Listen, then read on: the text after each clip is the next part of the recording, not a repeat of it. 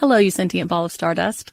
My name is Casey Davis. I'm a therapist and I'm an author of the book How to Keep House While Drowning, where I talk about ways to make it a little bit easier to take care of yourself when you're overwhelmed, stressed, have mental health issues, physical health issues, or maybe you're just in a hard season of life. Maybe you're looking for a place that you can come and listen to some practical advice. This is a podcast for all of the self-help rejects. We're going to talk about skills for survival and self-kindness. And I'm going to leave the pop psychology at the door. I promise not to tell you to meditate or to journal. We're just going to give you some really insightful conversations with hopefully some practical advice. So I don't believe you need to pick yourself up by the bootstraps.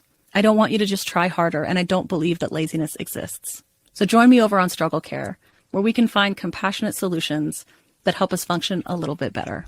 Come unwrap some holiday magic this season in Denver, where the lights are brighter and the shopping is grander, where the season feels a whole lot more wonderful. Discover great hotels and more things to do at milehighholidays.com.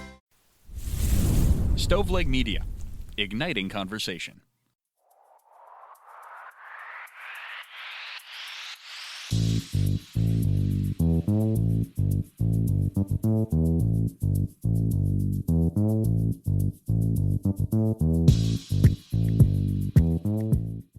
Hey y'all, Merry Christmas. It is me, your host, Elena Grace, and you're listening to another episode of I've Been Thinking.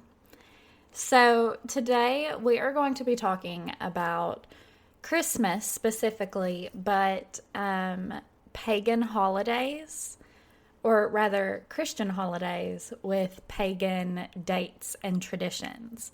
And we're going to talk about why that's relevant, right? So y'all remember our History of Halloween episode. If you haven't listened to that yet, I really do recommend that you check that out. It is a good one. And it really made my heart happy. But in that episode, we talked about Halloween's pagan beginnings and how so many of those traditions from the ancient Celts, mainly, have flowed through time into how we celebrate Halloween today, and how they have, waxed and waned and become different things while still maintaining a lot of the same essence, if you will. So a lot of our modern holidays actually have these really deep pagan roots, if you didn't know that. And like I said, today we're going to be talking about why that's so important. So, just as an example, Valentine's Day.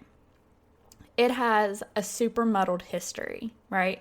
The earliest version of what we know now today as Valentine's Day was actually the pagan holiday Lupercalia, which occurred in mid-February and celebrated fertility. No surprise there.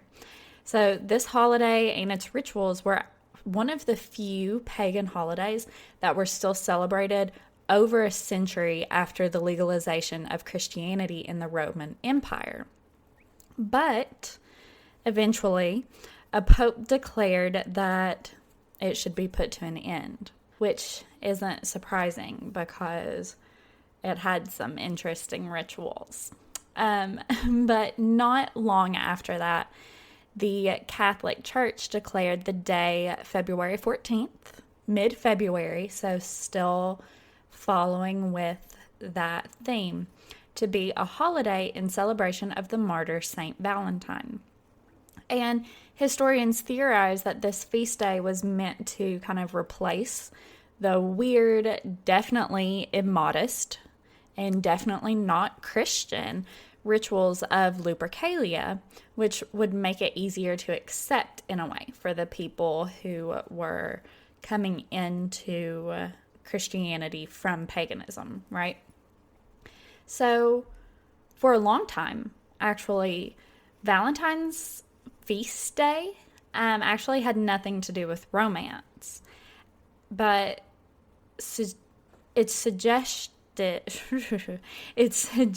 by historians that Chaucer, followed by a handful of other poets, including Shakespeare, created the romantic connotations around Valentine's Day that we hold today just by chance. Which, isn't it really funny how that really came back full circle? Yeah? It's really good. So, if you didn't expect... Oh, Winifred had to get a little itch in, sorry. So, if you didn't expect Valentine's Day to have those deep pagan roots, you really might be surprised to know that even the celebration of New Year's carries with it thousands of years of tradition. So typically, festivals in celebration of the New Year have historically been linked to astronomical or agricultural events, right? So for example, in Egypt, the New Year began with the annual flooding of the Nile, which, like, wildly, this blows my mind right here, that always coincided with the star Sirius rising in the night sky. Crazy. The Chinese New Year is lunar, as many of us know, because that's like a huge holiday, and it's really growing in relevance recently. So the Chinese New Year occurs with the second new moon after the winter solstice, which is cool.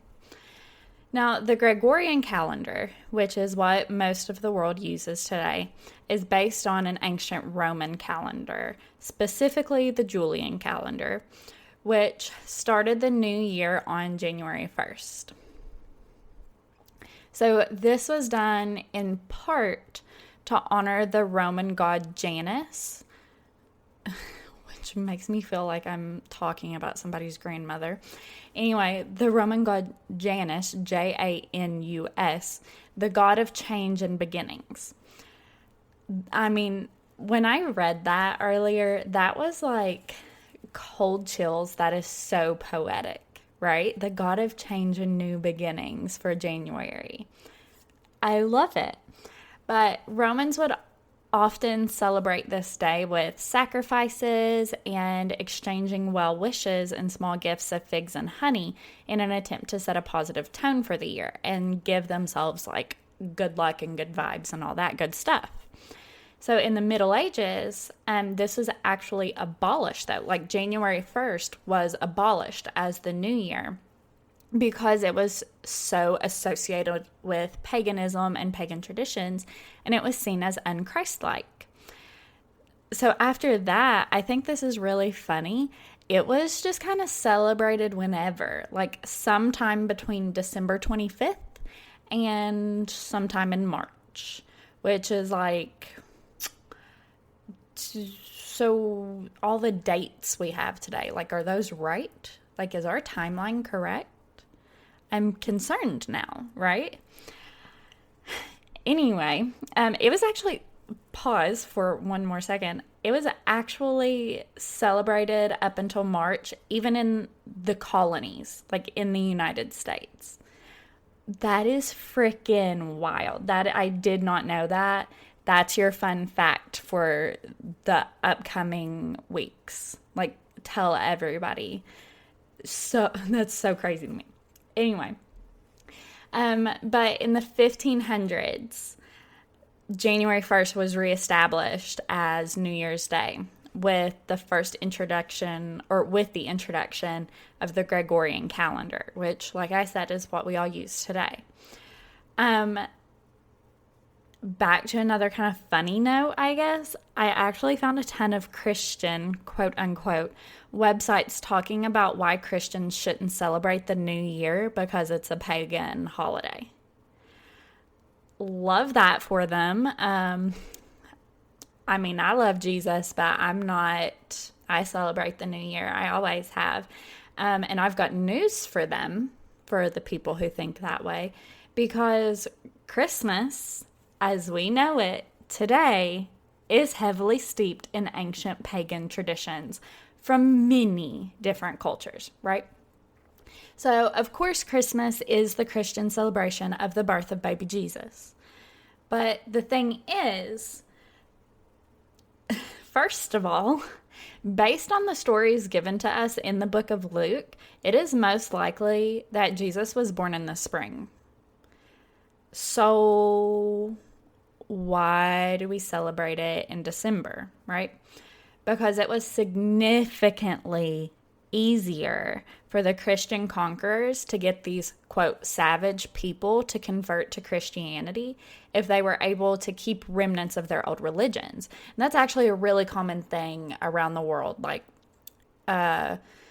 colonizing powers will allow a culture to keep little bits and pieces of things that are important to them as long as they make a big switch in the long run, right? That kind of thing. And we see that specifically in Christianity across all of Europe, where, like in Ireland, there's still the healing well of St. Bridget. St. Bridget is a Catholic saint, but really she's an ancient Irish goddess. And her healing well is like, it's symbolic of her power, and people still today go there, and there are rituals around that well that people still take part in. And really cool. But like, that is a perfect example of how conquerors, colonizers, etc., let you keep bits and pieces so that you follow their bigger picture, right? So anyway, like I said, it's easier to get people to convert when you let them keep those little bits. So just like those examples I gave you, combining the celebration of the birth of Christ with other major existing holidays was way easier for them than trying to introduce a whole new holiday and probably not having people vibe with it at all, right? So the winter solstice was a major situation in most pagan traditions. And we celebrate Christmas on December 25th, obviously. And that is, winter solstice is usually around like December 21st. But it was usually a week-long party, right? And so we get most of these winter solstice traditions that we celebrate with Christmas now from the Norse and the Celts, both of whom largely relied on agriculture for their sustenance. Obviously, the Norse were major traders, but they were still an agricultural people as well. Adam's computer is making noise. Anyway, so for these agricultural peoples, the winter marked the end of the year's hard work and the harvest. And the winter solstice, celebrating it, gave the people a chance to enjoy some rest and to celebrate their family, their life, and their gods.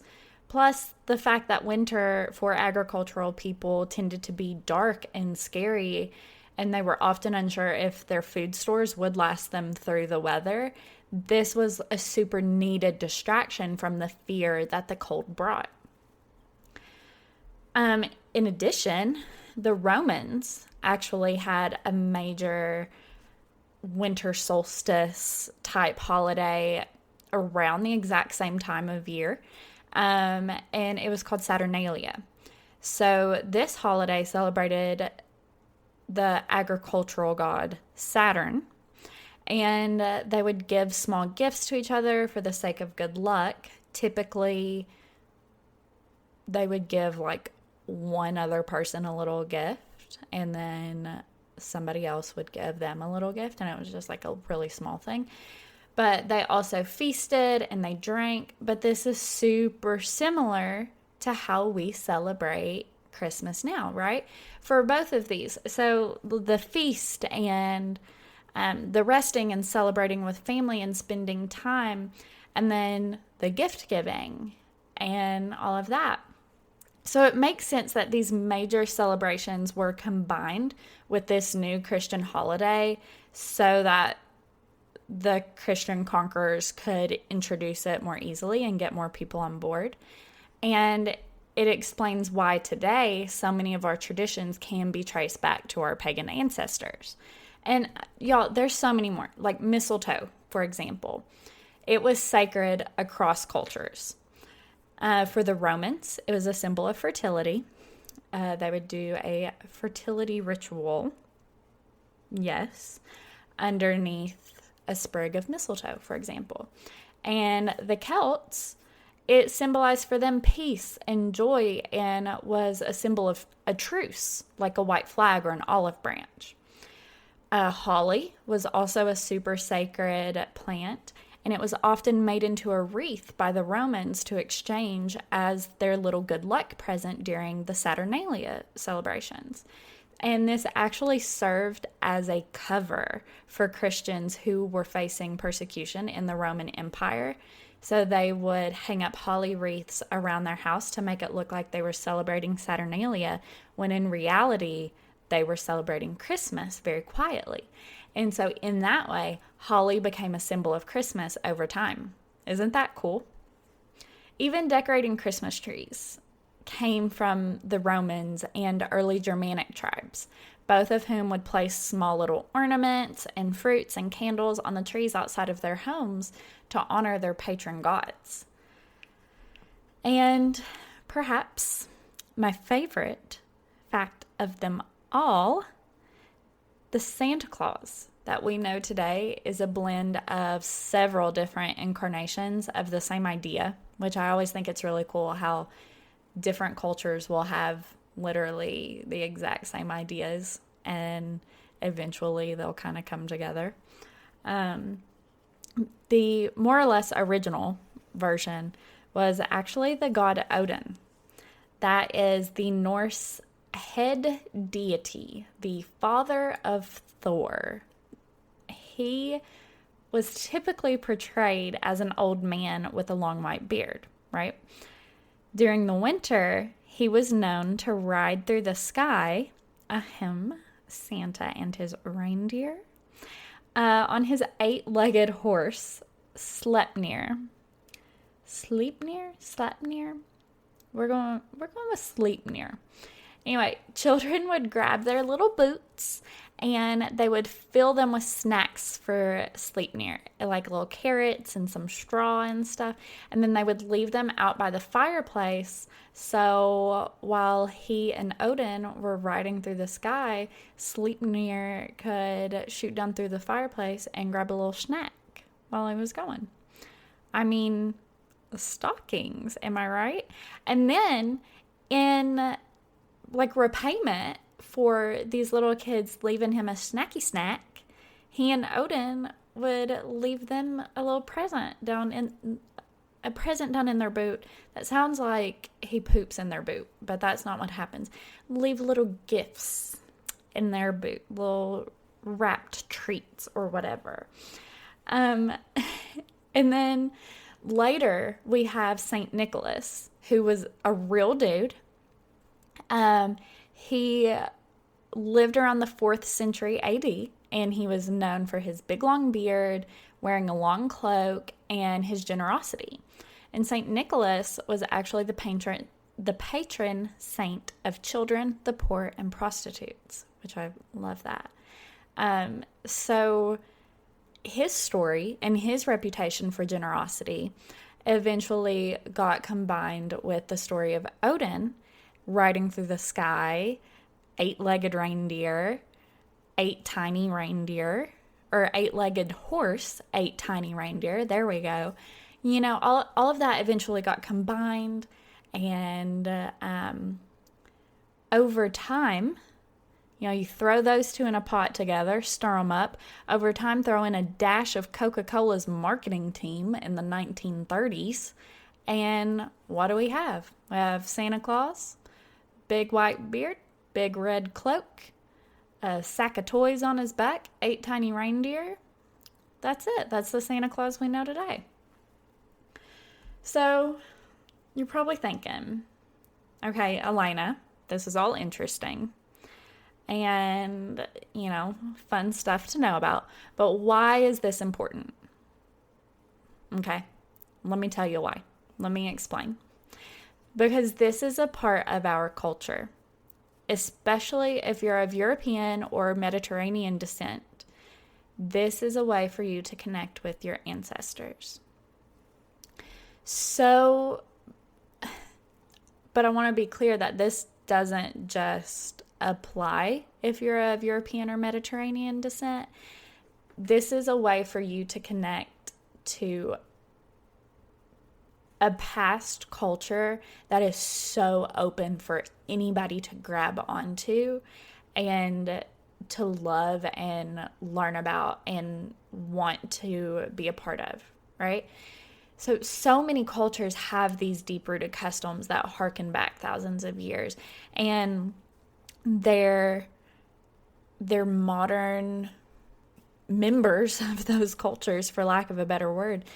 They participate in those in such a way that they can connect to those in their past. So Latin cultures have Dia de los Muertos, and they spend time connecting to and honoring their family now and also their ancestors, for example. Asian countries, African countries, Native Americans, Aborigines, they all have these traditions that connect them to those who came before them. As an American, I have seen that our culture doesn't value that recognition of where traditions came from in the same ways. I was very blessed to be raised knowing where my family came from, knowing what they looked like. I am able to see pictures of my ancestors from hundreds of years ago. Well, not pictures, portraits. But I'm able to see portraits of my ancestors from hundreds of years ago. I am able to see pictures of my great-great-grandfather 100 years ago when he was a moonshiner. I was raised knowing where I came from, and I'm very blessed with that. But not everybody has been taught that way. Not everybody is in touch with where they came from, their culture, their ancestors, all of those things. And I think that that is a very important thing to know about. I mean, it plays so much into, I think, who you are, all of these things. But overall, I think that it is really important to recognize where a tradition comes from, like first and foremost. Like let's start there, right? Recognize, understand where a tradition is from, and then say, how does that apply to me? Like, how did my ancestors play into it? Whatever. Now, I would bargain to guess that most American Christians, when they put a holly wreath on the door for Christmas, they're not thinking to themselves, wow, my ancestors did this to camouflage themselves amidst persecution. Here I am continuing this tradition they started, right? They just put the holly on the door because it's pretty. And it's sad. This is my point. It's sad how much is lost to time just because we don't take the time or the effort to care about why we do things. And this is why I find it of the utmost importance that we do step back and recognize where traditions began. The culture that we live in today, and it's a worldwide situation, it's so fast. There's so much modern technology, and we're always looking at a screen. I think that this year has been good for a lot of us in a lot of ways, because I think it started an awakening. Obviously, it's been horrible in a lot of ways and for a lot of people. There's loss and disease and financial struggles, and don't think that I'm not aware of that. But if we allow for all of this to awaken us to what we've been too busy looking at Instagram to notice, that there is this incredible world with all kinds of magic and history to experience and to learn from, we would all be so much better, So celebrating these holidays, if you want to, it can just be a capitalist holiday marred with consumerism and want and the haves and the have-nots and the people who can't afford a Christmas dinner and the people who can afford lavish Christmas trips. You know, that can be what this holiday is if you want it to, if you let it be that. But if you take the time to learn about these holidays, you can let it be more. It can be a connection to your ancestors. It can be a connection to the people who came before you. So when I toast my family with a glass of wine, and I think of my Celtic ancestors with their mead and ale around a campfire, celebrating the harvest and the rest that now they get to take, and worrying about how they're going to get through the next few months. That's important. You know, I can toast my family now and I can still have that image in my mind of one of my ancestors with a big flagon of mead around a fire or at the hearth, toasting his family or her family. I can kiss Adam under a mistletoe and be reminded of traditions of peace and fertility. And that's really special. That's really cool that that's where it came from.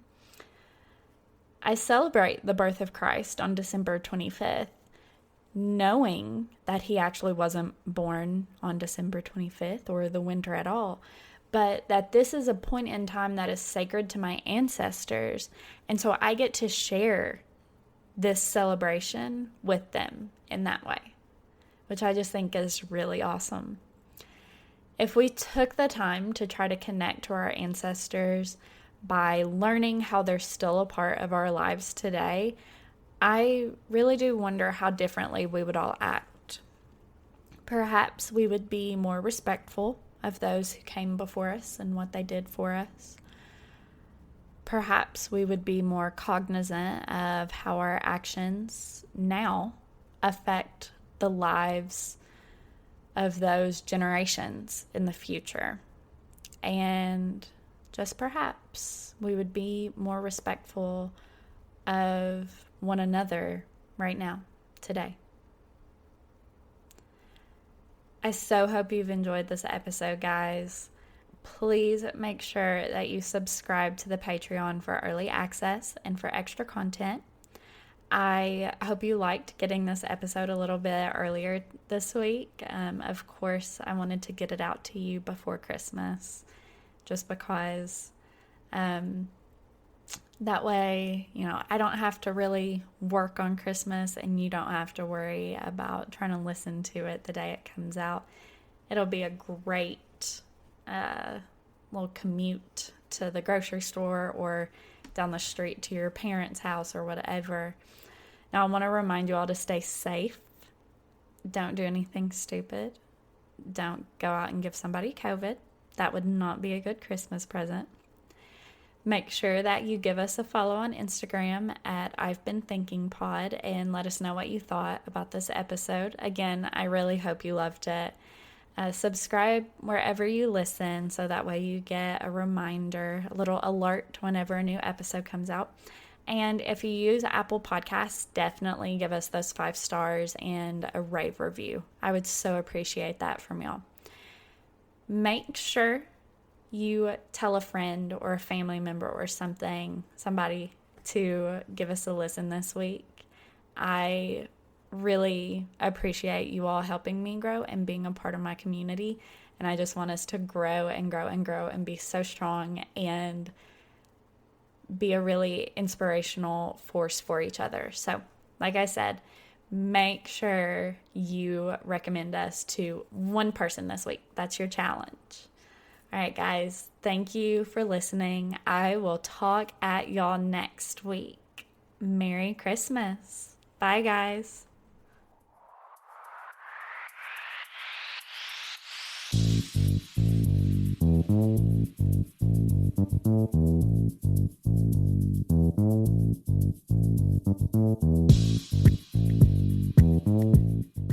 Hello, you sentient ball of stardust. My name is Casey Davis. I'm a therapist and I'm an author of the book How to Keep House While Drowning, where I talk about ways to make it a little bit easier to take care of yourself when you're overwhelmed, stressed, have mental health issues, physical health issues, or maybe you're just in a hard season of life.